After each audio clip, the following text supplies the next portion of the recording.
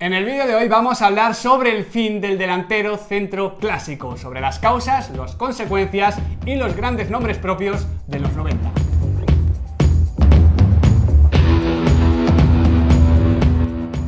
Muy buenas chicos y chicas, ¿qué tal estamos? Bienvenidos de nuevo a Diario de un Periodista Deportivo. Aquí estamos con el amigo Julián Carpintero, ¿qué tal? ¿Qué tal, Miguel? ¿Cómo estás? Es un auténtico placer tenerte por aquí. Lo mismo digo. Autor de Francia 1998, bueno, no del Mundial, pero sí de un libro que recoge sus mejores historias. Vamos a grabar también un vídeo sobre esta Copa del Mundo para nosotros tan especial, porque nos pilló creciendo en la juventud, la adolescencia, los primeros ídolos, y además en ese fútbol en el que nos criamos, podemos decirlo así, había un tipo de delantero centro que invadía todo el fútbol y que digamos que era el prototipo. Si te salías de eso, a lo mejor llegabas a tener incluso problemas. Sí, hablamos de un delantero con unas características muy marcadas.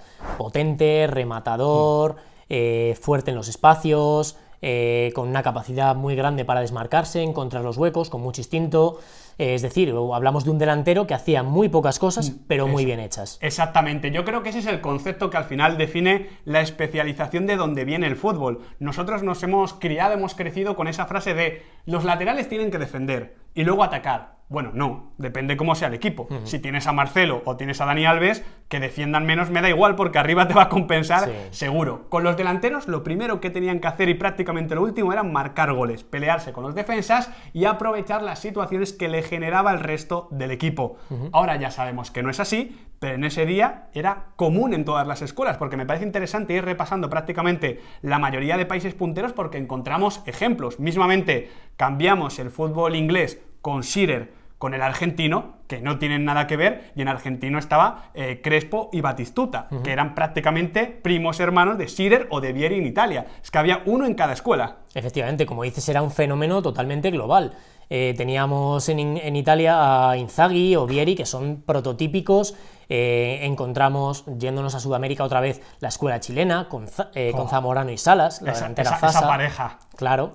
En Colombia el Tino Asprilla, pero es que te vuelves a Europa y encuentras la escuela nórdica con Thor André Flo y Henrik Larsson, por ejemplo. Descendiente de los ingleses y que a los españoles les dio bastantes problemas, sobre todo los noruegos, en varios torneos. Luego nos vamos a Holanda, mismamente, que Holanda siempre ha desarrollado un fútbol diferente.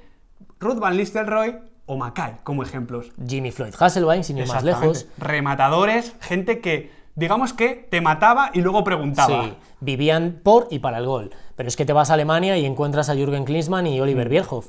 Rematadores puros a un toque, como en la escuela balcánica, que estaban pues Davor Šuker, Alen Boksic, Savo Milosevic, Darko Kovačević, que lo hemos tenido aquí, lo hemos vivido muy de cerca. Exactamente, de hecho en España, en esas ligas de los 90, destaca mucho evidentemente Fernando Morientes, que es el 9 de la selección, yo creo que el más fijo en esos mundiales y Eurocopas, que además lo hace muy bien con España, pero luego, por ejemplo, brilla Javi Moreno en esa temporada, Salva Ballesta, Mista, eran goleadores, jugadores a lo mejor de muchas rachas, de temporadas concretas, pero que se relacionaban poco y, como tú dices, hacían pocas cosas con el equipo.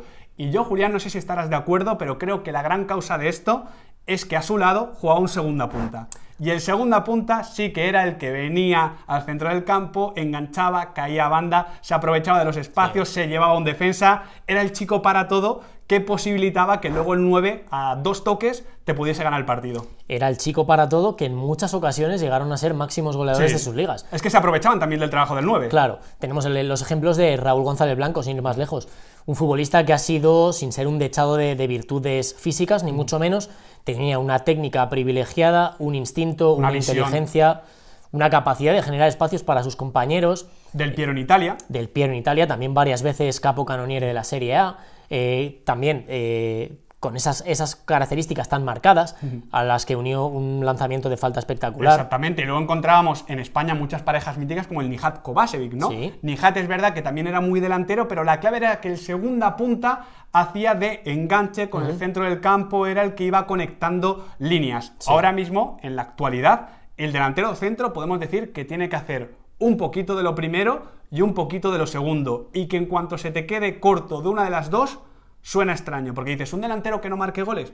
raro. Pero un delantero que no conecte con el centro del campo, que no salga de posición, que no ayude a su equipo, también raro. Sí, efectivamente. Tenemos los ejemplos ahora mismo de, bueno, Karim Benzema, Roberto Firmino Harry Kane. Fíjate, Harry Kane, que tiene el mismo cuerpo que hubiese tenido cualquier delantero inglés en los 80 y en los 90 y juega un fútbol completamente diferente. Harry Kane podría ser un quarterback de la NFL sin ir más lejos, y es una maravilla cómo baja a 3/4 de campo para posibilitar las llegadas por banda, para abrir, para generar espacios, para distribuir a su equipo y al final ordenarlo también a la hora de armar el ataque.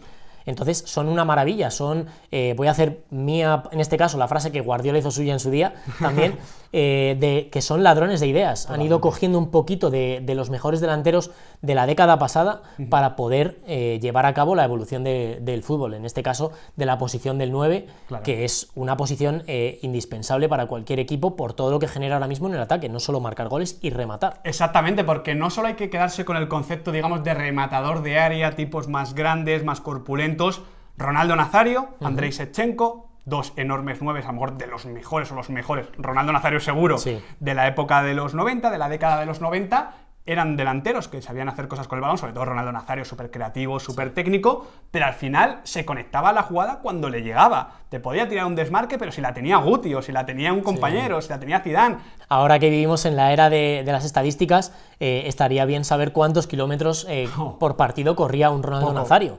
Claro, efectivamente, era un delantero, un depredador total, que estaba agazapado esperando el momento para en cualquier momento, más si era campo abierto, asestar el golpe definitivo. De hecho, era mejor no llamar mucho la atención durante el partido para ese minuto 62, 63, hacer el desmarque, pillarte, en el caso de Ronaldo Nazario, matar a todos, en el caso de Andrei Shevchenko también, tanto con el Dinamo de Kiev, sembrando pesadillas en el Camp Nou y en el Bernabéu, y luego con el Milán, evidentemente. Andrei Shevchenko es un delantero que es una maravilla, delantero que hemos tenido a finales de los 90 y los primeros años del 2000.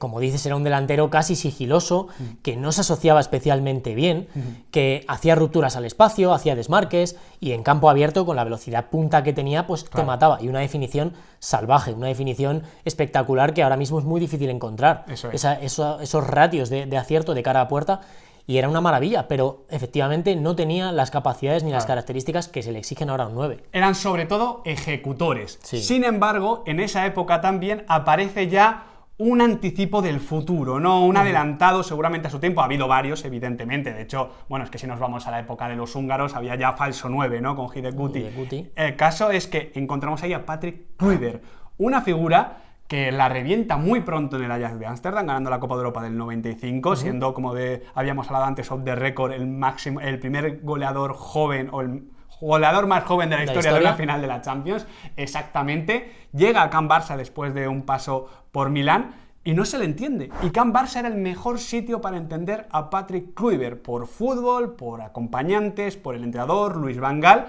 pero no se le entiende porque hace un fútbol diferente, más fuera del área, más de asistir, más de generar, más de conectar y no tanto de ejecutar. Sí, Patrick Kluivert, como bien dices, llega al Camp Nou por petición expresa de Luis Van Gaal, que es la persona que le da la alternativa en el Ajax. Y en el Camp Nou es mirado un poco como un sospechoso al principio, por, como decías, esas características que marcaron su juego. Es que se le llamaba Paquete, Julián. Sí. Que a Kluivert le puedes llamar de todo, pero Paquete no. Era delicioso. Esa capacidad de bajar a recibir un poquito, generar espacios para Figo en banda, para Rivaldo en la otra. Era una maravilla técnica, tanto a nivel movimientos como a nivel visual para el espectador. Un muy buen rematador, quizá no con las cifras que se le piden a un delantero del Barça. Exageradas, claro. Pero creo que existe una paradoja muy, muy específica con Karim Benzema, y es que los dos han favorecido a un tipo de jugador que partía desde la banda izquierda y que sin ser un delantero han alcanzado sus máximas cotas goleadoras con ellos en el apoyo, que han sido Rivaldo en el Barça y Cristiano Ronaldo en el Real Madrid hasta hace unos meses. Lo que pasa es que ahora el fútbol de Karim Benzema, de Roberto Firmino con Mohamed Salah, de Harry Kane con Dele Alli o Heung-min Son, creo que lo entendemos mejor porque por el camino pasó a lo mejor también Patrick Kluivert, cayó, le llegó el fútbol demasiado pronto.